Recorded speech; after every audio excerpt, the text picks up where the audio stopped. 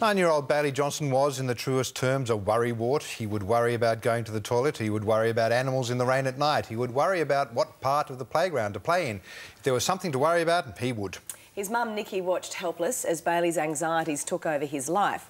But then, a stroke of genius, Nicky decided to write a book to help him overcome his fears. The result was Go Away, Mr. Worrythoughts. And Bailey and his mum join us now. Good morning to you both. Good morning. Good morning. How are you feeling today? Good. No worries? No. You weren't worried about coming in here today? No. Would you have previously, some time ago, worried about doing something like this? Yes. Yeah. Really? Probably. When do you remember worrying? I mean, from as little as you ever can remember, do you remember worrying about things? Yeah. What were the sort of things, other things that you worried about? I worried about my family, friends not being my friends anymore, And first day of school. And how did it make you feel? Did it give you a funny feeling in your tummy, or did Yeah. Yeah. Did it make you feel a bit sick sometimes? Sometimes. Nicky, at what point did you realise that this was not just the normal worries that a child might go through and was actually a concern? Yeah, look, I actually think I really did think it was a real concern fairly young, probably about 3 or 4 years old. I found that I would, express my concerns about it, but other people say, oh, no, you're just worrying about it. It's just you're just worrying about him, kind of thing. When we finally went to school, when he started school, that was a huge, I guess, a big turning point of downward spiral. He was very, very concerned about going to school and really worried about things about school. Mainly getting into trouble and doing the wrong things, and it actually started to then show itself in other areas, so he struggled to read and write. And so, Bailey, you were worried about getting into trouble at school. Were you a rat bag kid? Were you the kind of kid that got into trouble at school? No. No, but you'd worry about it anyway? Yeah. When did you decide that you needed to go and see someone? Yeah, pretty much first year of school. I sort of was really concerned with his... I'm a primary school teacher, so I was actually quite concerned with his reading and writing, because he would just shut down and just couldn't absorb the information and wouldn't be able to do it. Because he was so anxious. Exactly, about making a mistake, doing the wrong thing, writing the letter the wrong way, that kind of thing. So we sort of then sought psychologists, and we saw an occupational therapist and paediatrician. And I went down all the avenues. So I started at the top, sort of thinking, OK, what's the worst thing? OK, it could be autism, it could be... I really sort of started right at the top and worked our way down. Anxiety is pretty much a key feature in a lot of disorders and a lot of illnesses as well. So when it came down to it, that is the key point that was stopping him from learning. So these specialists discovered that he was suffering from anxiety? Yeah, and there's lots of different anxieties, phobia, social phobia, separation anxiety, all those sorts of things. Basically, what Bailey has got or has had, we've been working with, is generalised anxiety disorder, which is pretty much normally an adult disorder that gets diagnosed. It's not very often that children get diagnosed so young. What is it? It sounds like it's not specific necessarily. It's across the board, exactly. So it's anything. Anything and everything. So if it wasn't one thing, it would be something else. So Gee, you chose a beauty, didn't you?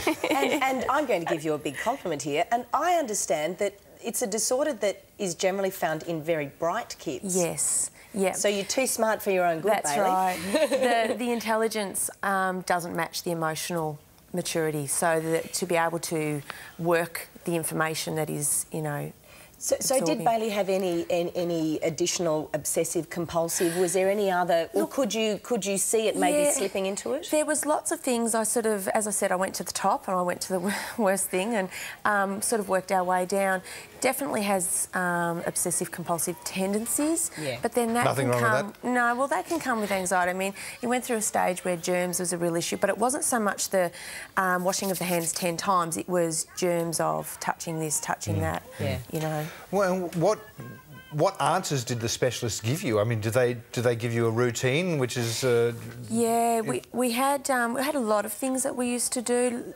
Pretty much the externalisation technique, which is what we use now, worked the best for us. What's that? So where basically Bailey was asked to call his worries. So what we used to call them was worry thoughts. There's worry thoughts and there's normal thoughts. Yeah. Sometimes it's okay to worry about things, but then there's the excessive worrying that's a worry thought. So Bailey came up with the name Mr. Worrythoughts. So we externalised it to be a big scary monster. And he was really mean and used to try and make Bailey feel bad and unhappy and, yeah. So how did it make you feel, Bailey, when you were reading Mum's book? Because you've written it and you've illustrated it. Yeah. How did it make you feel when you started reading the book? Well, it made me feel pretty good. Yeah? Did it make you feel strong? Yes. Yeah. Did you feel like you had superpowers? Yes. Yeah. Ah, and herein lies the secret to this book. It's about kids realising they've got superpowers. And it's the superpowers within to actually manage and control the thoughts, the negative thoughts that they're hearing in their... You know, the first time I read this to my children, I've got 2 who are 6 and 1 who's 4. The 4-year-old calls it Mr. Worrythoughts. and they were terrified of this picture. Yes. And they actually went to bed that first night and they were talking about the scary monster. Yeah. And, you know, and it was really worrying them. I thought, oh, gosh, what have I done? Yeah. You know, I frighten them more now. Yeah. But we talked about it before they went to bed because they could actually... The thing that I realised... Yeah. The stroke of genius in this book is that they can actually see it physically and they can put it aside. Yeah, and it's outside. So anything to take it out from inside. And quite often, just by Bailey talking about it and talking to me about it, lifted... It's like, oh, OK, I'm not... So, it's not just me. So did you, when you first wrote the book, did you read it over and over to Bailey? Yeah, or? well, it was never meant to be actually a real book. I actually made it... I wrote the story because I used to call him my superhero because he's very strong and very good to actually beat Mr. Worrythoughts. Yeah. So I wrote the story to show him that I think he's a superhero. And I drew the pictures and I cut them out and they were in a display folder and that's it. That's all it was. And we read it probably every night for about 2 months, and because with the sayings in there, so go away, Mr. Worrythoughts, your thoughts are not welcome, is what we say, and we say that even now, don't we? So Bailey, Mr. Worrythoughts still comes back sometimes? Yeah. Yeah. And when he comes back, when you're particularly worried about something, what do? I shoo him away. Yeah. Just shoo him away? You tackle him head head out on? the door. Yeah.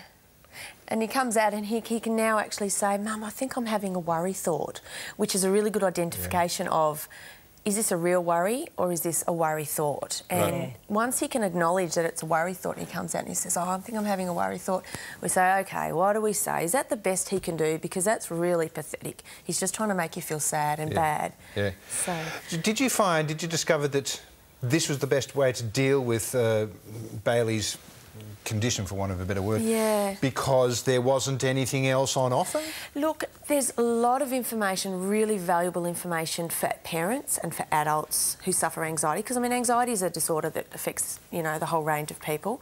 There wasn't a lot back then, because we're going back 5 years now, so back then there wasn't a lot of books that I could read to him to... Kids' books. Yeah, kids' books, so that he... And I actually drew the pictures first, so I was very visual. I wanted him to understand that I understand there's one of the pictures with his little eyes and his, you know, I wanted him to understand that I understand the feeling of isolation. And the feeling of... the scary feeling that goes with it. Yeah.